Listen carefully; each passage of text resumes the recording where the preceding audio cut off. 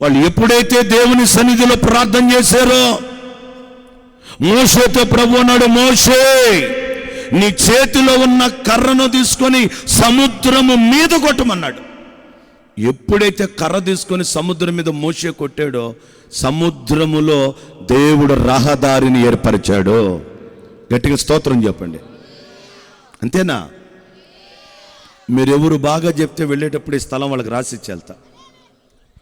Pastor గారు ఇది మంద కాదుగా, మంద కాకపోతే ఇబ్బంది ఏముందలే, మంద అయితేనే కష్టం. మీ ఇష్టం కాసుకోండి, తల ఒక సెంటర్ రాసిచ్చి వెళ్తా. అంటే మీరు చూసుకోండి, పొలం అయినా మీరు, తర్వాత నాకు సంబంధం లేదు. నా పని ఏమిటంటే రాసిచ్చి వెళ్తాను అంతే. ఇప్పుడు చెప్పండి, స్తోత్రం చెప్పండి. అబ్బా, లంచం పని చేసినట్టుందే. భారతదేశం కదా, దేనికి లొంగినా లొంగపోయినా లంచానికి లొంగిపోతాం. Praise the lord. ఇశ్రాయేలు ప్రజలు బయలుదేరి వెళుతున్నారంట. మోషే నీ చేతిలో ఉన్న కర్రను తీసుకొని కొట్టమన్నాడు సముద్రం మీద. ఎప్పుడైతే కర్రతో కొట్టాడో సముద్రములో రహదారి ఏర్పడిందంట. రహదారి. వీళ్ళందరూ సముద్రంలో గుండా వెళుతుంటే ఆ వైపు ఈ వైపు నీళ్లు ఏకరాశిలాగా నిలబడిపోయినాయి అంట. అప్పుడు వెళుతూ ఈ మాట అంటున్నారు, చదువునైనా 15-11 ఏమన్నారు? యెహోవా, ఆగాగు, ఆ కీబోర్డ్ అన్న చదువుతున్నాడు, చదవనండి, చదవన్నా. యెహోవా వేల్పులలో నీ వంటి వాడెవడు? నీవు మహనీయుడవు, కీర్తనను బట్టి పూజనీయుడవు, అద్భుతములు చేయువాడవు, నీలాంటి వాడు ప్రపంచంలో ఎవ్వడు లేడు. ఎందుకంటే ఏ దేవుడు ఏ జనము మధ్యలో ఎన్నడూ చేయని అద్భుతం మన దేవుడు మన మధ్యలో జరిగించాలంటే మన నోరు ఎల్లప్పుడూ స్తుతితో నింపబడాలి. ఎక్కడున్నా ఏం చేయాలంట? దేవునిని స్తుతిస్తూనే ఉండాలంట.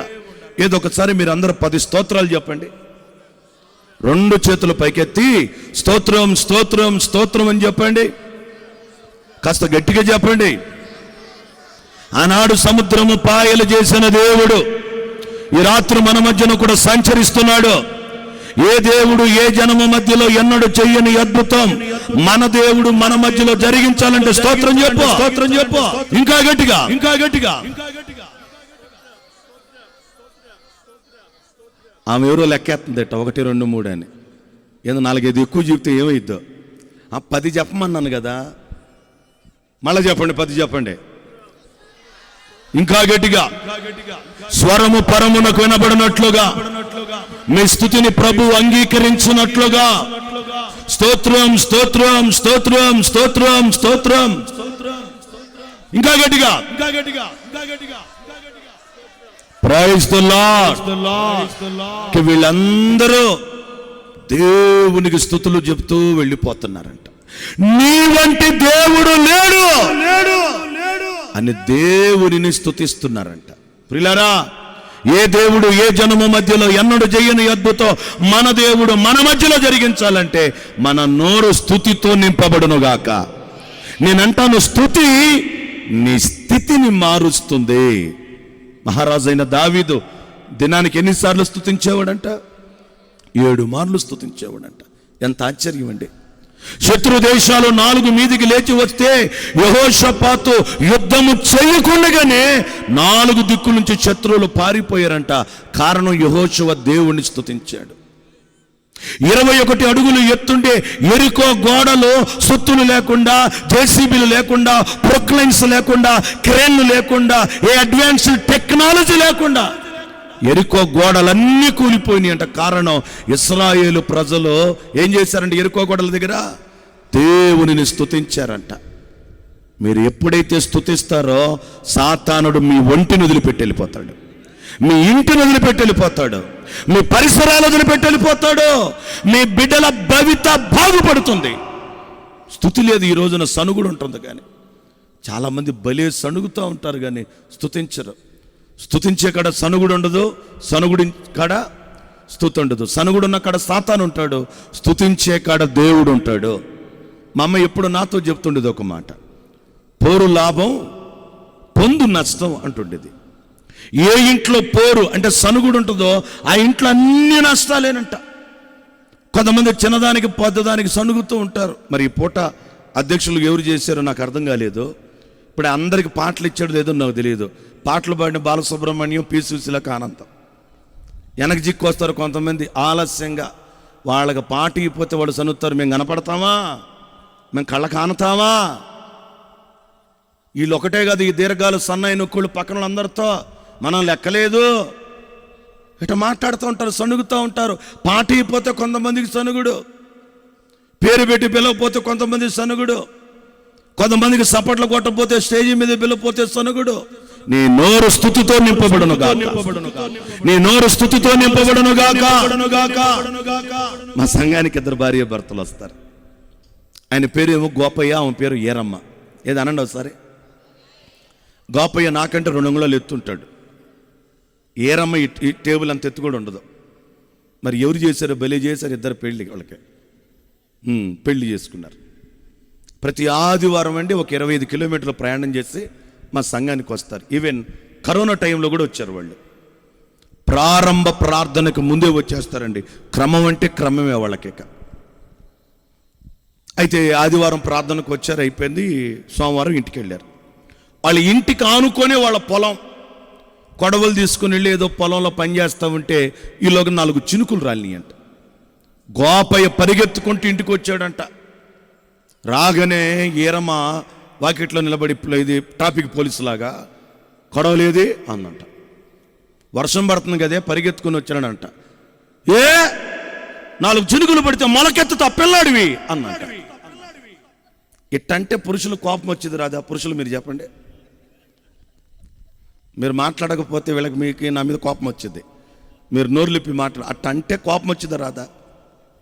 పైకి వేదాంతం చెప్పిద్దంట. గింజలైతే మొలకెత్తిది కానీ ఎంత తడిచిన మనుషులు మొలకెత్తరంట. ఆమె బలి తెలిసింది ఆమెకే. ఎరమా మందైతే ఉంటుంది లేదా పోద్దా అన్నాడంట. ఎన్ని పోగొడతావు అందంట. పెద్ద పెద్ద కేకలేస్తుంది. ఏం చేస్తారు? పెళ్లి కాకముందు ఎవడైనా ఈమెను సూపర్ మేనే, పెళ్ళైనాక ఎవడైనా డాబర్ మేనే. ఆడన్ని బయట ఫోజులు, ఇక్కడేముండదు, ఏముండదు. ₹1,00,00,000 కారు అయిన స్పీడ్ బ్రేకర్ ఏం చేసింది? అదే వివాహం ఎంత నాశనం, సంసారం సర్వనాశనం. అంటే వెళ్ళిన ఊర్లో అన్ని చోట్ల ఇవుడి ఇంట్లో మాట. అదే వివాహం ఎంత నాశనం, సంసారం సర్వనాశనం. ఇక అంతే. పెద్ద పెద్దగా పందింకోళ్ళగా ఎగురుతుందంట. ఏరమ్మా, నిన్న పొద్దున పాస్టర్ గారు చర్చిలో ఏ వాక్యం చెప్పాడు మనకి? నోరు జాగ్రత్త అని చెప్పాడా? మర్యాదగా నోరు మూసుకుని లోపలికి వెళ్ళాడంట.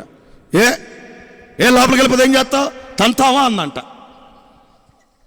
ఏ మగ మనిషి తన్నాలనుకోడు, ఆడ మనిషి అడిగి దండించుకుంటుందంట.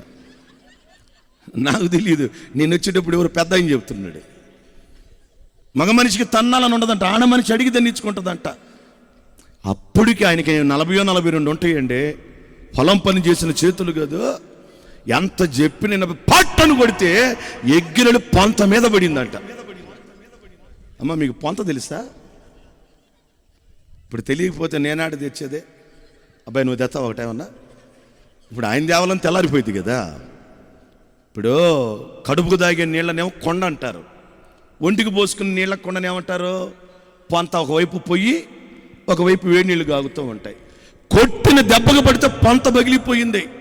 పొంతే కాదు, ఏమో దవడ కూడా పగిలిపోయింది. మా గుంటూరు పక్కన శిబారు దంత వైద్యశాల అని ఉంది. మనిషిని బతకనీరు, సావనీరు. వాళ్ళు ఏదైనా రోగం తెలితే ఈరోజు రాసిస్తారు, రేపు రావాలా, రేపు వెళ్ళి చూసుకుని టెస్టులని చేస్తే ఎల్లుండి రాసిస్తారు మందులు. 3 రోజులు వాళ్ళ ఊరు నుండి ఆటో కట్టుకొని వస్తే 3 ఆరులు ₹1,800 ఆటోకేని అంట. ఇప్పుడు మీరు చెప్పండి, కొడవలు ఎంత ఉంటుంది? 100. ఆటోకి ఎంత అయినాయి? ఇప్పుడు ఈ నష్టం అంతా దేనివల్ల?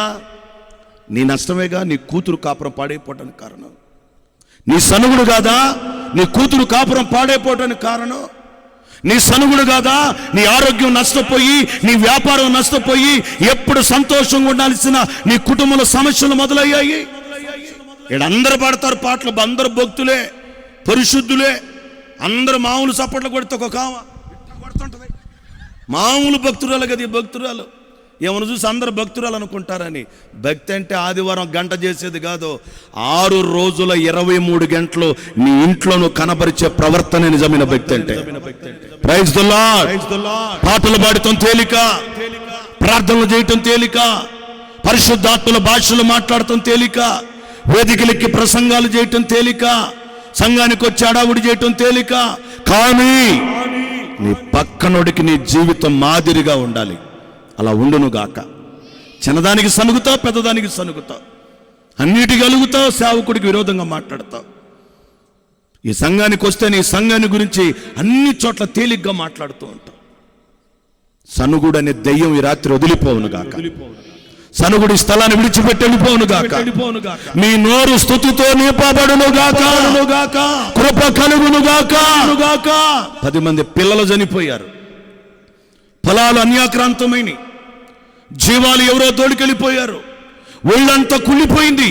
అయినా సరే యోబు అంటాడు, యెహోవా ఇచ్చెను, యెహోవా తీసుకొనెను, ఆయన నామమునకే స్తుతి కలుగును గాక అన్నాడండి. కొట్టండి ఒకసారి చప్పట్లు గట్టిగా. వద్దులే, ఆగండి. ఏంది ఆ చప్పట్లు? స్వచ్ఛ దెబ్బలు, రేగుల షెడ్డు మీద వర్షం. కొట్ట, ఎట్ట కొడుతున్నావు? గట్టి కొట్ట, ఇంకా గట్టి కొట్ట. ప్రైజ్ ది లార్డ్, హల్లెలూయా. స్తుతి చేయాలి బిడ్డలారా, ఎక్కడున్నా. ఏమంటాడు? పాడమండి. నాకు మైకోళ్ళు సంగీత వాళ్ళు అంటే భలే ఇష్టం అండి. మనం ఎవరు రాకముందు వీళ్ళు రావాలా, మైకోళ్ళు సంగీత వాళ్ళు. మనందరం వెళ్ళిపోయే దాకుండాలా. హంస గాయకులు ఉంటారు. ఒక పాట పాడమంటే ఒక్కొక్కడు ఇంత పెద్ద పాట తీసుకొస్తాడు ఒక్కొక్కడు. ఇక్కడేమో మా సంఘంలో ఉండేను ఒక ఆయన అబ్రాహం అని, ఒక పాట పాడమంటే ఒకరోజు మైక్ తీసుకొని దేవ సంస్తుతి చేయవే మనసా, మళ్ళా రాగాలే అత్తనాడు, గమకాలు. మీకు తెలుసలేదు, అస్సలు పాత పాట ముంగమూరి దేవదాయసాయి గారు రాసిన పాట. 127 చరణాలు ఉంటాయి ఆ పాటలో. అద్దెచ్చాడు పుస్తకం. ఏమండి అబ్రాహం రాఫండి అంటున్నా. ఏంది ఓ పాట పాడమని మధ్యలో తగులుకుంటావు అంటున్నాడు. ఏమండి అందరూ వచ్చారండి బాబు, నువ్వు ఇట్టయితే రాను సంఘానికి అంటున్నాడు. పాస్టర్లు బెదిరిస్తుంటాడు ఒక్కొక్కడు, బలి బెదిరిస్తాడు. ఇంట్లో ఆడ తన్నులు బాగా తింటాడు, ఏడకొచ్చి బెదిరిస్తూ ఉంటాడు ఒక్కొక్కడు. అప్పటి నుంచి నేనేం చేశా, ఎంత పెద్ద పాట అయినా పాడండి, 3-4 నిమిషాల్లో పాట అయిపోవాలని చెప్పేవాడిని. ఏబోని ఏమని పాడాడు తెలుసా? ఏబో, మౌనముగా ఉండకే మనసా, స్తుతించు నీ దేవుని. మౌనముగా ఉండకే నా మనసా, స్తుతించు నీ దేవుని. స్తుతించినచో నిత్యము దేవుని, స్తుతించినచో నిత్యము దేవుని. నిక్కముగా దీవెన నొందెదము, నిక్కముగా దీవెన నొందెదము. మౌనముగా ఉండకే నా మనసా, స్తుతించు నీ దేవుని. మౌనముగా ఉండకే నా మనసా, స్తుతించు నీ దేవుని. భరించరాని బాధలయందు బహుగా స్తుతించెను యోబు. భరించరాని బాధలయందు బహుగా స్తుతించెను యోబు. స్నేహితులంతా ఏకముగా కూడి, స్నేహితులంతా. మైక్ అంటే వాళ్ళ సంగీతం తక్కువ ఉండాలి. దేవునికి స్తోత్రం కలుగును గాక. మీరు కరెక్టేనబ్బా, ఆయన ఎక్కువ పెడుతున్నాడు. మేము మీద లంచం ఇచ్చారా? ఏం లేదా? దేవునికి స్తోత్రం కలుగును గాక. స్నేహితులంతా ఏకముగా కూడి హేళన చేసిన స్తుతించే ప్రభుని. మౌనముగా ఉండకే నా మనసా, స్తుతించు నీ దేవుని. మౌనముగా ఉండకే నా మనసా, స్తుతించు నీ దేవుని. స్తుతించినచో నిత్యము దేవుని నిత్యము దేవుని నిక్కముగా దీవెన నొందెదవు, నిక్కముగా దీవెన నొందెదవు. మౌనముగా ఉండకే నా మనసా స్తుతించు నీ దేవుని. మౌనముగా ఉండకే నా మనసా స్తుతించు నీ దేవుని. అన్ని పోయిన యోబుకి, అన్ని పోయిన యోబంటాడు, యెహోవా ఇచ్చెను, యెహోవా తీసుకుని ఆయన నామమునకే. నీవు నేను ఎప్పుడైతే స్తుతిస్తామో, ఏ దేవుడు ఏ జనమ మధ్యలో ఎన్నడూ చేయని అద్భుతం మన దేవుడు మన జీవితంలో జరిగిస్తాడు. 3 విషయాలు ఇప్పటికి చెప్పాను. దేవుడు నీ జీవితంలో అద్భుతం చేయాలంటే నీలో ఏముండాలన్నాను? విశ్వాసం. 2వది ప్రార్థన. 3వది ఎప్పుడు ఎక్కడో ఏం చేయాలి? నేను బుక్ చదివా, practice of presence of the lord అని. లారెన్స్ అని ఆయన పుస్తకం రాశాడు. ఏమని రాశాడంటే, ఆయన ఒక వంట మాస్టర్ అంట. వంట పాత్రలు కడుగుతూ అనేవాడంట, ప్రభువా ఈ పాత్రలను కడిగినట్టు నా హృదయాన్ని కడుగు ప్రభు అనేవాడంట. కూరగాయలు తరుగుతూ అనేవాడంట, నా కొరకు సిలువలో నీవు అంతగా నలగగొట్టబడ్డావు అనేవాడంట. ఆ తరిగిన కూరగాయలన్నీ బాండీలో పెట్టి పొయ్యి మీద సగబెట్టి కాలిపోతుంటే, ఈ కూరగాయలు మంట దెబ్బ కాలిపోయినట్టు నువ్వు నా కొరకు సిలువలో కాలిపోయావా ప్రభువా అంటే, ఆయన ఎప్పుడు ఎవరిని జ్ఞాపకం చేసుకుంటున్నాడు? ఎవరిని స్తుతిస్తున్నాడు? అమ్మా అయ్యా, నువ్వు గనక అలా స్తుతించగలిగితే భూలోకంలో పరలోకపు ఆనందాన్ని అనుభవిస్తావు. అలా జరుగునుగాక. మీ నోరు స్తుతితో నింపబడునుగాక. ఈరోజు చాలా మంది నోళ్ళు పొట్లాలతో, సీసాలతో, భూతులతో, అబద్ధాలతో, సాడీలతో, పోకిరి మాటలతో నింపబడుతున్నాయి. నీ సమస్యలు అందుకే పోవట్లే. ఎంత ఏడ్చినా సనుగుడు మాను, బూతులు మాను, పొట్లాలు మాను, సీసాలు మాను, టీవీలు మాను, బూతుల దండకాలు మాను. ఈ రోజు నుంచి నీ నోటితో స్తుతించడం మొదలుపెట్టు. ఆ స్తుతి నీ స్థితిని మారుస్తుంది. కృప కలుగునుగాక, కృప కలుగునుగాక. 4వ సంగతి మీ జ్ఞప్తికి తెస్తాను ప్రియులారా. యెహోషువ గ్రంథంలో నుండి 3వ అధ్యాయం 5వ వచనం. 3వ అధ్యాయం 5వ వచనం యెహోషువ గ్రంథం. మరియు రేపు యెహోవా మీ మధ్యలో అద్భుత కార్యములు జరిగించున్నట్లు మిమ్మును మీరు పరిశుద్ధపరచుకొనుడి అన్నాడు. ఒక మాట చెప్తాను, మీరంతా నాకెళ్ళి చూడండి, చెప్తాను. పొలానికి వెళ్ళేవాడికి కొడవలు ఎంత ముఖ్యమో, ప్రార్థనకి వెళ్ళేవాడికి బైబిల్ అంత ముఖ్యం. నువ్వు ఏదైనా పాకిస్తాన్లోనో నార్త్ కొరియాలో ఉంటే బైబిల్ పట్టుకుంటే చంపేస్తారు అనుకోవచ్చు. ఏడున్నాం మనం అంతా? ఇది ఏ జిల్లా అండి? మా జిల్లాని చూడిపోయారుగా మీరు. పల్నాడు జిల్లాలో ఉన్నారు మీరంతా. బైబిల్ మీరు మోస్తే ఆపద వచ్చినప్పుడు బైబిల్ మిమ్మల్ని మోస్తుంది. అది గుర్తుపెట్టుకోండి, సిగ్గుపడమాకండి. నాకండి సిగరెట్ తాగేవాళ్ళు అంటే భలే ఇష్టం అండి నాకు, నిజం. సిగ్గు లేకుండా సిగరెట్ 2 ఏళ్ల మధ్యలో పెట్టుకొని ఊరంతా తిరుగుతుంటారు వాళ్ళు, సిగ్గు లేకుండా సిగరెట్ పట్టుకొని. మనం ఏందో బైబిల్ పట్టుకెళ్ళాలంటే సిగ్గు మనకే. ఈరోజు నుంచి బైబిల్ మోయుదుముగాక. ఆ గాడిద ఎవరిని మోసింది? నువ్వెవరిని మోయాలా? ఈ సభలో నీకు క్రొత్త అలవాటు రావాలా? స్తుతించటం, ప్రార్థన చేయటం, విశ్వాసంతో ఉండటం, ఎక్కడికి వెళ్ళినా బైబిల్ పట్టుకుని వెళ్ళటం. దేవునికి మహిమ కలుగునుగాక. యెహోషువ ప్రజలతో అంటాడు, దేవుడు మీ మధ్యలో అద్భుతమైన కార్యములు జరిగించున్నట్లు మిమ్మును మీరు పరిశుద్ధపరచుకొనుడి అన్నాడు. ప్రియులారా, ఏ దేవుడు ఏ జనము మధ్యలో ఎన్నడూ చేయని అద్భుతం మన దేవుడు మన మధ్యలో చేయాలంటే, దేవుని ప్రజలమైన మనము మనలను మనమే పరిశుద్ధపరచుకోవాలి. చెప్పండి, ఏం చేయాలంట? పరిశుద్ధపరచుకోవాలి. చూపులో పరిశుద్ధత, మాటలో పరిశుద్ధత, ఉనికిడిలో పరిశుద్ధత, నడకలో, పడకలో, తలంపుల్లో, ఉద్దేశాలలో పరిశుద్ధతను కలిగి నువ్వు జీవించాలి. ఎప్పుడైతే నీవు పరిశుద్ధతను కాపాడుకోగలుగుతావో అప్పుడు దేవుడు ఏ జనమ మధ్యలో చేయని అద్భుతం మీ మధ్యలో దేవుడు జరిగిస్తాడు. 17 ఏళ్ల వయసున్న యోసేపు మీద పోతిఫరు భార్య కన్ను వేసిందంట. నేను ఆ దేశానికి వెళ్ళినప్పుడు పాత ప్రతులుంటే చదివాను. అక్కడ ఏమని వ్రాయబడిందంటే పోతిఫరు భార్య పేరు జులేఖా అని వ్రాయబడింది. ఆమె వయసు 36 ఏళ్ళు అని వ్రాయబడింది. 6 అడుగుల 2 అంగుళాలు ఎత్తు అని వ్రాయబడింది. తెల్లటి మనిషి అంట. ఆమె పేరు జులేఖా, వయసు 36, 6 అడుగులు ఎత్తు, తెల్లటి మనిషి. ఇప్పుడు మనకి మిస్ ఇండియా ఎట్లాగో ఆమె మిస్ ఈజిప్ట్. ఆ దేశంలోనే అంత అందగత్తె లేదంట.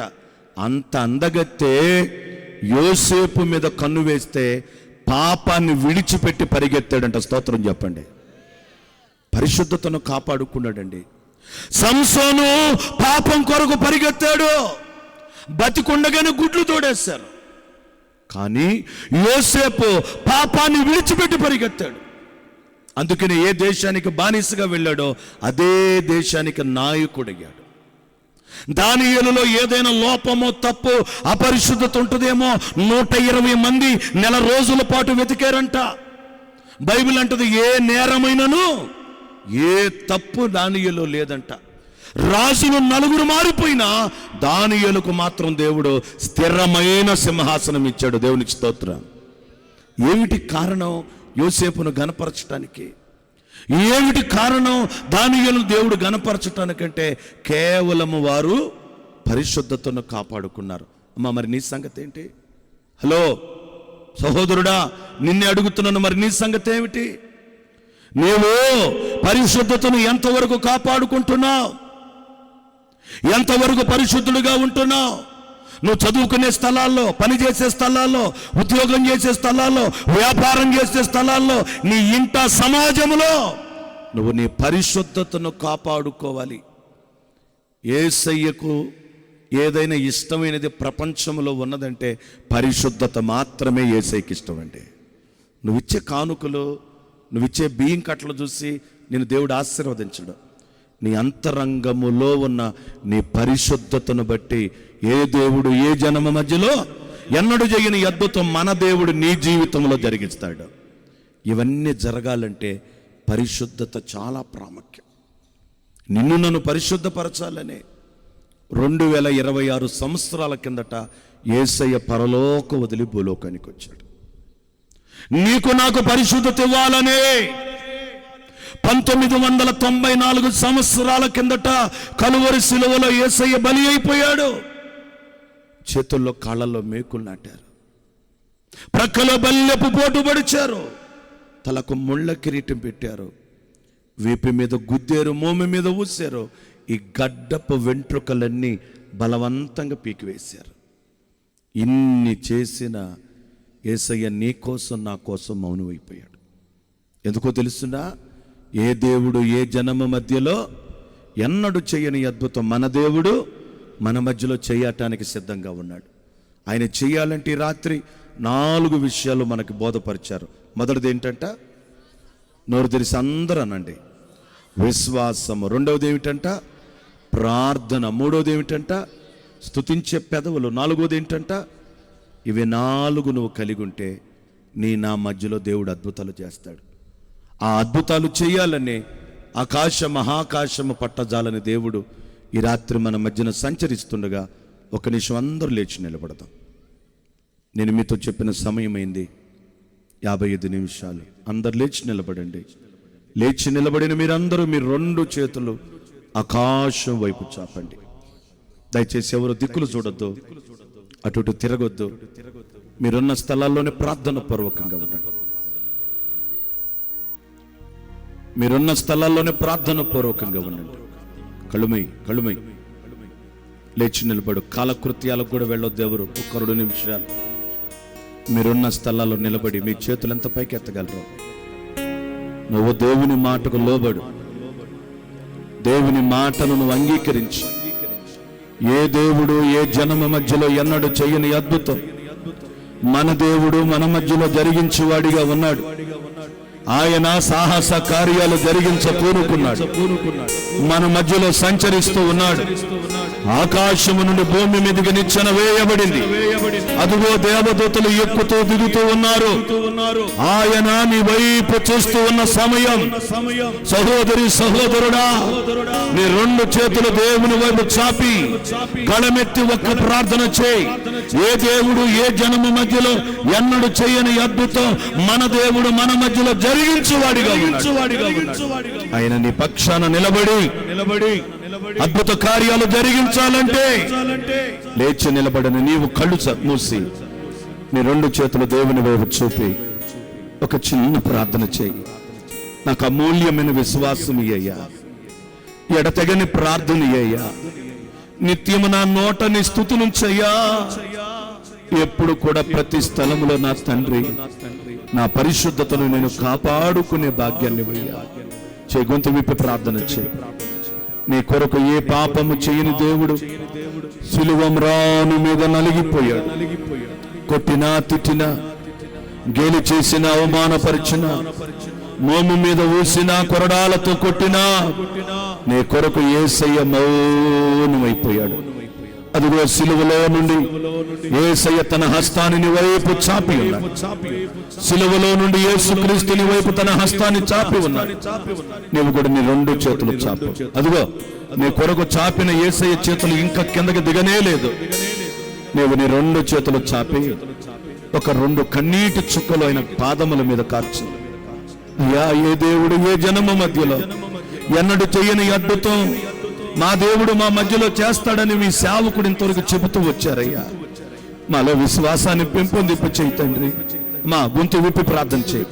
సిగ్గుపడక, భయపడక, మోమాటు పడక, నీ పక్కన వాళ్ళు ఏమనుకుంటారో ఆలోచన చేయక, కృప చూపు దేవుడు, కరుణ కలిగిన దేవుడు, మహత్వం కార్యములు జరిగించు దేవుడు, బాహుబలము కలిగిన దేవుడు, పరాక్రమశాలి అయిన దేవుడు ఈ రాత్రి మన మధ్యన సంచరిస్తున్నాడు.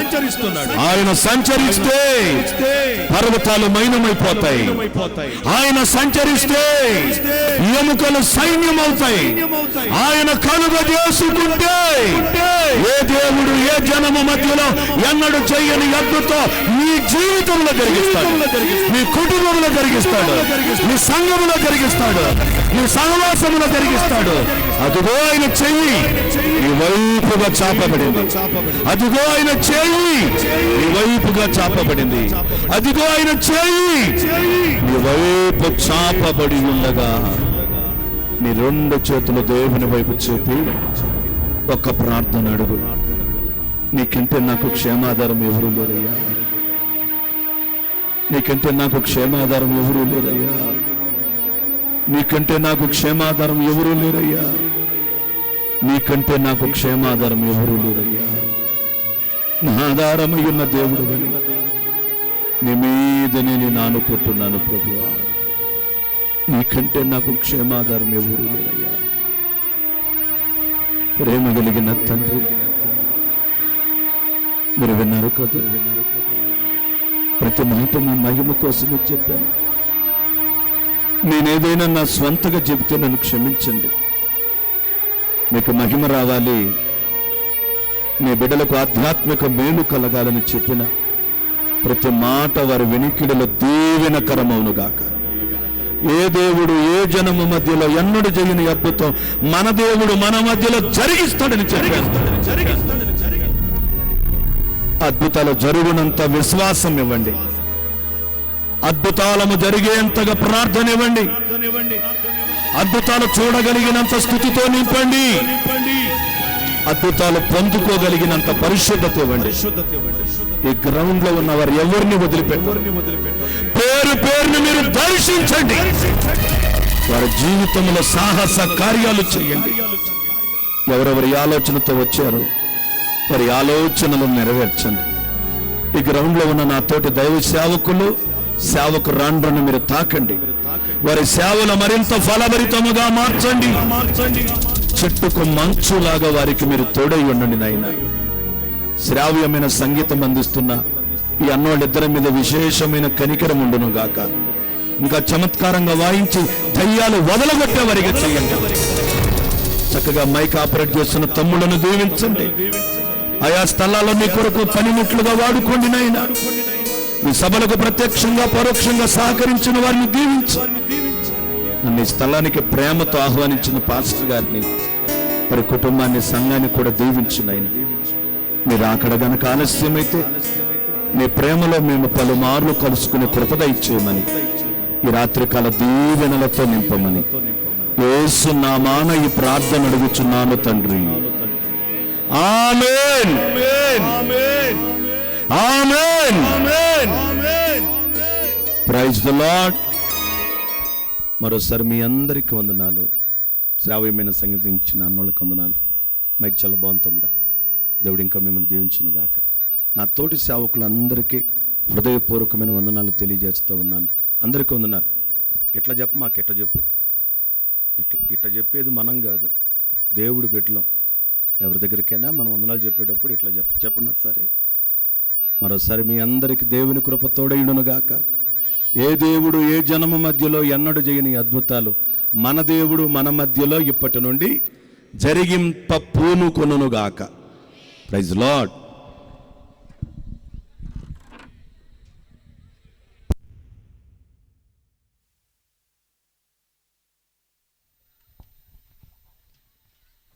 అందరూ కూర్చుందాం.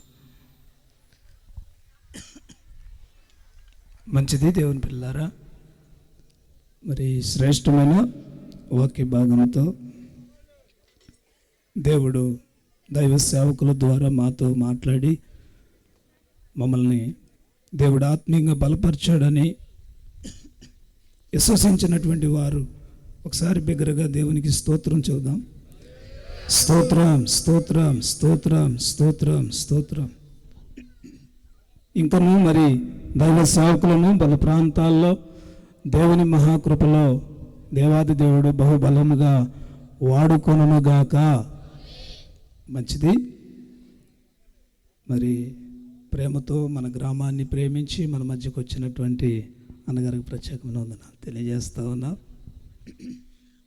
ఈ సమయంలో మరి మా కుటుంబం మేము కలిసి ఒక పాట పాడి ప్రభు నామాన్ని మహిమపరుస్తుండగా మరి యొక్క పరిచర్య కొరకు మీ యొక్క ప్రేమపూర్వకమైన గుప్పిలి పొగోరినటువంటి వారు మరి కానుకలు అర్పణ జరుగుతూ ఉన్నది. రండి.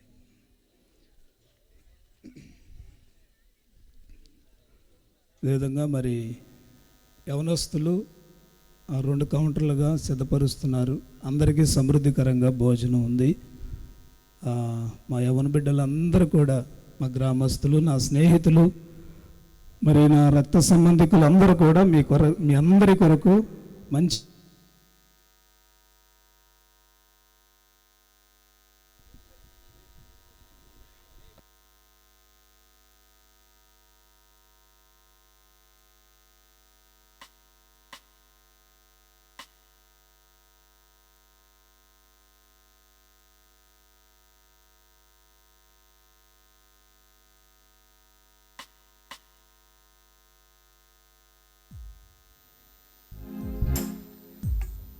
మంచి భోజనాన్ని మరి మీ కొరకు సిద్ధపరిచారు.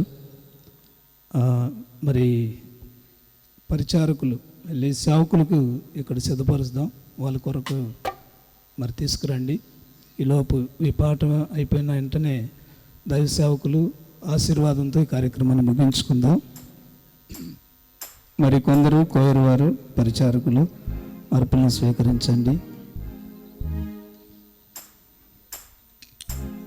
ఎటువంటి అర్హత లేని నా జీవితంలో దేవుడు మరి ఇటువంటి గొప్ప రక్షణ భాగ్యాన్ని ఇచ్చి ఈ విధంగా దేవుని గణపరిచేటువంటి అవకాశాన్ని ఇచ్చినందుకు దేవాది దేవునికి స్తోత్రం కలుగును గాక.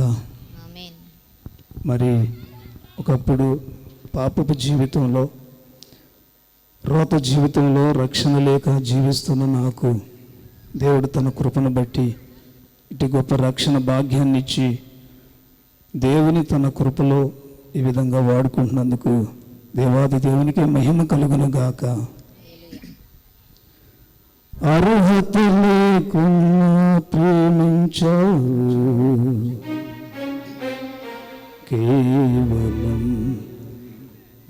కృపయే